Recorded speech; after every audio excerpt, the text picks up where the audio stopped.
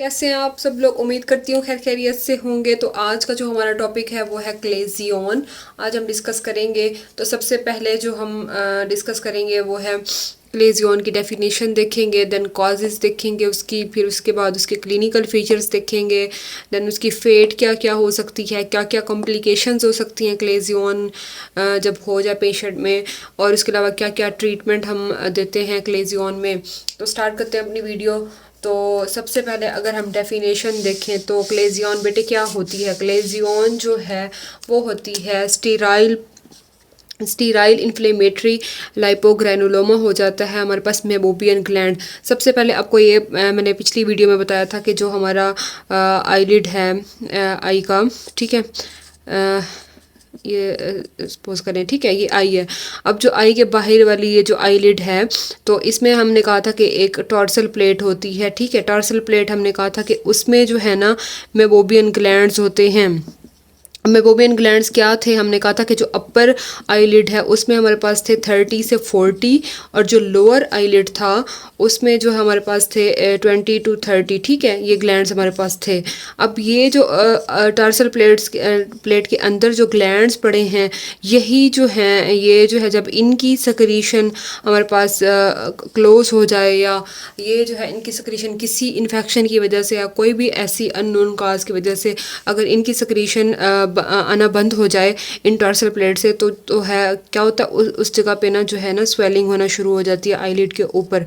क्योंकि इस ऑरिफाइस जो मेबोबियन ग्लैंड्स हैं, इनके जो ऑरिफाइस होते हैं वो क्लोज हो जाते हैं, और वहाँ पे जो है ना एक स्वेलिंग से प्रोड्यूस होना शुरू हो जाते हैं। इसको हम कहते हैं बेटे क्लेजियन। अब जो है इसके अगर हम डेफिनेशन देखें तो क्या होती है डेफिनेशन में, ये जो है स्टीराइल होता है inflammatory lipogranuloma of meibomian gland. Sterile inflammatory lipogranuloma बन जाता है हमारे पास, किसका, मेबोबियन ग्लैंड का, ठीक है, ऑफ मेबोबियन ग्लैंड। अब ये इसकी डेफिनेशन हो जाती है, ठीक है। देन जो है अगर नेक्स्ट हम देखें तो अब का पैथोजेनेसिस देख लेते हैं, या काज देख लेते हैं। काजेज में क्या हो सकता है कि बेटे कोई इन्फेक्शन हो सकता है, मतलब आँख में कोई इन्फेक्शन हुआ और वो जो है टार्सल प्लेट तक चला गया, और वहाँ पे जो है मेबोबियन ग्लैंड जो पड़े थे उनकी जो है सक्रीशंस आना बंद हो गई, तो उससे हो सकता है। या कोई अननोन काज भी हो सकता है किसी और काज की वजह से, जैसे कोई और आई में कॉम्प्लिकेशंस वगैरह हो जाएं, या डायबिटीज़ मिलाइटस हो गया, ब्लेफराइटिस, ये इसके फैक्टर्स होते हैं प्री डिस्पोजिंग, तो इनसे भी हो सकती है। अब काजेज़ के बाद अगर हम देखें तो इसके जो है इसकी पैथोजेनेसिस भी बेटा यही है कि हमने कहा कि जब ये टार्सल प्लेट के जो या मेबोबियन ग्लैंड्स जो हैं इनके ओरिफाइस जब क्लोज होते हैं, तो यहाँ पे जो है ना बहुत ज़्यादा स्पीशियस ग्लैंड्स और इनकी सक्रीशन जो है कलेक्ट होना शुरू हो जाती है। और उसके अलावा जो है प्लाज्मा सेल्स हो गए हमारे पास जो है, और लिम्फोसाइट्स, न्यूट्रोफिल्स, वो सारे अकामुलेट होना शुरू हो जाते हैं, और उस जगह पे जो है ना एक स्वेलिंग सी प्रोड्यूस कर लेते हैं। इसको कहते हैं क्लेजियन। ये इसकी पैथोजेनेसिस हो गई। अगर हम देखें तो अब जो है ना हम अगर हम डिस्कस करें तो हमने डेफिनेशन भी डिस्कस कर ली। हमने क्या कहा कि ये जो है स्टीराइल लाइपोग्रैनुलोमा होता है मेबोबियन ग्लैंड का। हमने काज भी डिस्कस कर ली। उसमें हमने क्या कहा बेटा, इन्फेक्शन हो जाता है, या कोई अननोन काज हो सकती है, कोई डायबिटीज़ मिलाइटस की हिस्ट्री, या कोई इस तरह से कोई प्री डिस्पोजिंग फैक्टर हो सकता है। अच्छा, काज भी हमने देख ली। अब हम देखते हैं कि क्लिनिकल फीचर्स क्या होते हैं इसके। अब क्लिनिकल फीचर में वो जो सबसे पहले तो ये है कि ये जो होगा, जब भी हम देखेंगे पेशेंट को ऑब्जर्व करेंगे, तो आईलिड की जो अपर आईलिड है ना, तो वहाँ पे ये जो है स्वेलिंग होगी, not in the lower eyelid, upper eyelid पे जो है ये स्वेलिंग हमें दिखाई देगी क्लिनिकल फीचर में, ठीक है। वो हमने डिस्कस कर लिया कि किस तरह से होती है। और दूसरी जो है ना, जब हम इस स्वेलिंग को टच करेंगे तो ये जो है स्वेलिंग क्या होगी, ये हमारे पास होगी पेनलेस स्वेलिंग, पेनफुल नहीं होगी, ठीक है। और जब पल्पेट करेंगे तो हमें क्या दिखाई देगा, एक स्मॉल नोड्यूल सा आँख के ऊपर है, ठीक है, स्मॉल नोड्यूल सा हमें पल्पेशन पे। और उसके अलावा जो है पेशेंट कहेगा, अगर तो क्लेजियन जो है वो लार्ज साइज़ में होती जा रही है, तो पेशेंट में जो है वो सिम्टम्स आ सकते हैं कि वो कहे ब्लड वियन होना शुरू हो गई है एस्टिग्मेटिज्म की वजह से, ठीक है। अब जो है हमने ये क्लिनिकल फीचर्स इसके देख लिए कि वो आईलिड के ऊपर एक स्वेलिंग सी हमें होगी, नोड्यूल सा बन जाएगा और वो पल्पेट करने पे, और जो है ब्लड वीन की भी हिस्ट्री हो सकती है पेशेंट में। अब जो है अगर हम देखें तो इसकी जो है वो फेट क्या क्या हो सकती है। अब एक पेशेंट है उसको ये हो गई है क्लेजियन, ठीक है। अब क्लेजियन जो है पेशेंट को हो गया तो उसमें जो है अब फेट क्या क्या हो सकती है। अब यही जो क्लेजियन है ये जो है वो कहते हैं बेटा कि ये जो है या तो स्पॉन्टेनियस रिजॉल्व हो जाएगा। एक तो इसकी ये फेट है कि अगर एक पेशेंट है उसको हुई है तो वो कुछ दिनों के अंदर अंदर खुद ही ठीक हो जाएगी ये। अब जो दूसरी फेट है अगर इन केस के वो ठीक नहीं होती तो यही जो है क्लेजियन क्या हो जाता है, फाइब्रोसिस होना शुरू हो जाती है, और ये जो है फाइब्रोस्ड होके एक हार्ड सा नोड्यूल बना देता है, और ये नोड्यूल जो है अपर आईलिड के ऊपर अपेयर होता है, ठीक है। अब इसकी एक फेट ये भी हो सकती है, या तो ये था कि ये स्पॉन्टेनियस इसको रिजॉल्व हो जाना चाहिए, या ये कि फाइब्रोस्ड होकर नोड्यूल बन गया, और तीसरा ये है कि हमने कहा ब्लड वीन्स पेशेंट में हो जाएगी, ठीक है। और वो किस वजह से होगी, एस्टिग्मेटिज्म की वजह से।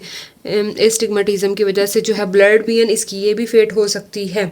अब जो है या तो ये हो सकता है कि वो जो है कैल्सीफाई हो जाए, यही क्लेजियन जो है कैल्सीफाई होके ये हमने कहा वही हार्ड नोड्यूल बना दे, ठीक है, या फाइब्रोस्ड होके नोड्यूल बना दे, या जो है इन्फेक्शन जो है बहुत ज़्यादा फैल सकता है इसके अंदर, और वो जो है सपोरेशन होना शुरू हो जाती है, मतलब कोई बैक्टीरिया वगैरह कलेक्ट होना शुरू हो जाएंगे और सपोरेशन होना शुरू हो जाएगी, ठीक है। अब ये इनकी इसकी फेट हो जाएंगी। अब जो है हमने देखनी है कि कॉम्प्लिकेशंस क्या क्या हो सकती हैं। अब एक पेशेंट है उसको क्लेजियन हो गया तो फर्दर उसमें क्या क्या कॉम्प्लिकेशंस हो सकती हैं। उस पेशेंट में बेटे टोसिस हो सकती है। क्यों टोसिस? इस वजह से कि अगर आईलिड के ऊपर बहुत ज़्यादा है और ये साइज़ में इंक्रीज़ होती जा रही है तो आईलिड जो है वो उसकी ड्रूपिंग होना शुरू हो जाएगी, जिसको हम कहते हैं टोसिस, ठीक है। टोसिस होना शुरू हो जाएगी। एक तो ये इसकी कॉम्प्लिकेशन, दूसरी यही कि एस्टिग्मेटिज्म की वजह से वो पेशेंट कहेगा कि मुझे जो है मेरी वीएन बहुत ज़्यादा ब्लड हो गई है, तो ब्लड वीएन की भी कॉम्प्लिकेशन हो सकती है। अब हमने देखना है कि ट्रीटमेंट क्या क्या कर सकते हैं हम क्लेजियन में। अब ट्रीटमेंट में अगर हम देखें तो सबसे पहला जो ट्रीटमेंट हम करेंगे, हम ट्रीटमेंट में तीन हमारे पास ऑप्शंस होते हैं, ठीक है। पहला जो है कंजर्वेटिव ट्रीटमेंट हम करते हैं, दूसरा जो है हम करते हैं मेडिकल ट्रीटमेंट, अगर फिर भी ठीक ना हो तो देन हम जाते हैं सर्जिकल ट्रीटमेंट की तरफ, ठीक है। अब सबसे पहले अगर हम कंजर्वेटिव ट्रीटमेंट को देखें तो कंजर्वेटिव ट्रीटमेंट में क्या हो सकता है हमारे पास, या तो अगर एक पेशेंट है उसको ये क्लेजियन हो गया तो सबसे पहले हम क्या करेंगे, उसकी वार्म, उसको कहेंगे कि जो है आप अपनी आँख के ऊपर जो है ना वार्म कंप्रेशन करें, मतलब कोई जिसे हम आम ज़बान में कहते हैं कि किसी भी उस जगह को आपने गर्म करना है, किसी भी जगह से मतलब कोई कपड़ा वगैरह या कंप्रेशन करनी है आपने, हॉट कंप्रेशन, और उस जगह को ना आपने वार्म करना है ताकि वहाँ पे ब्लड सप्लाई ज़्यादा हो और जो है वो डिज़ोल्व हो जाए, ठीक है। तो वार्म कंप्रेशन करेंगे, उसको कहेंगे कि दिन में अपने 3 से 4 दफ़ा जो है ना आपने वार्म कंप्रेशन करनी है उस जगह पे, ठीक है। अब जो है दूसरा जो है क्या हमारे पास ट्रीटमेंट हो सकता है, हम उसको कहेंगे कि टॉपिकल स्टीरॉइड्स हम उसको ऑफ़र कर देंगे कि आप ये जो है यूज़ करने से भी उसका ट्रीटमेंट हो सकता है। टॉपिकल स्टीरॉइड्स दे देंगे या एंटीबायोटिक्स का कम्बिनेशन, ताकि उसकी ये जो है क्लेजियन ट्रीट हो जाए। अब या एंटी इन्फ्लेमेटरी ड्रॉप्स दे देंगे उसको कोई, ठीक है। अब ये तीनों जो है हम कंजर्वेटिव ट्रीटमेंट में उसको देंगे।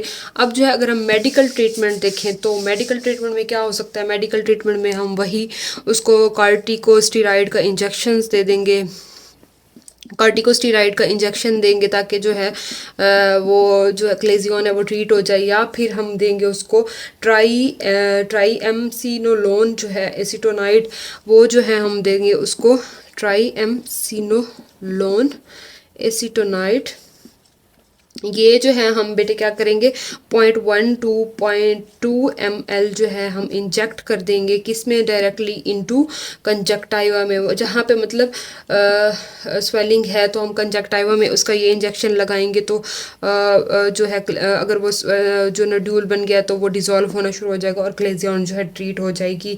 और वो कहता है कि इसके जो है ना 80% चांसेस हैं इसका जो सक्सेस रेट है वो ये जो इंजेक्शन है तो इसका जो सक्सेस रेट है वो 80% है, तो इस तरह से भी हम ट्रीट कर सकते हैं उसको, या हम सिस्टेमिक एंटीबायोटिक भी उसको ऑफ़र कर सकते हैं, उससे भी जो है ये जो है ट्रीट हो सकती है सिस्टेमिक एंटीबायोटिक से। ठीक है, ये इसका मेडिकल ट्रीटमेंट हो गया। अगर हम फिर अगर इससे भी ट्रीटमेंट नहीं हो रहा अगर पेशेंट इन केस, तो हम क्या करेंगे, देन हम सर्जरी करेंगे। और सर्जरी में क्या करेंगे, हम जो है उस जो लेयन बन रही है उसको उसकी एक्सियन कर देंगे। ठीक है, तो इस तरह से भी ये ट्रीट हो सकती है। अगर हम आपको मैं इसकी एक पिक्चर दिखाऊं तो आपके लिए इजी हो जाएगा। ठीक है, अब ये देखें, ये बेटे ये आई के ऊपर जो है एक स्वेलिंग सी हो गई है और नड्यूल से बनना शुरू हो गया है, तो इसको कहते हैं क्लेजियन। और ये जो है मोस्टली अपर आईलिड के ऊपर भी होती है। हमने कहा कि आईलिड के ऊपर होती है क्योंकि यहाँ पे जो है मेबोबियन ग्लैंड्स की बहुत ज़्यादा प्रोडक्शन होती है। तो ये लोअर आईलिड पे भी हो सकती है इन केस, लोअर आईलिड पे बहुत कम, लेकिन ज़्यादा जो है वो अपर ही होती है।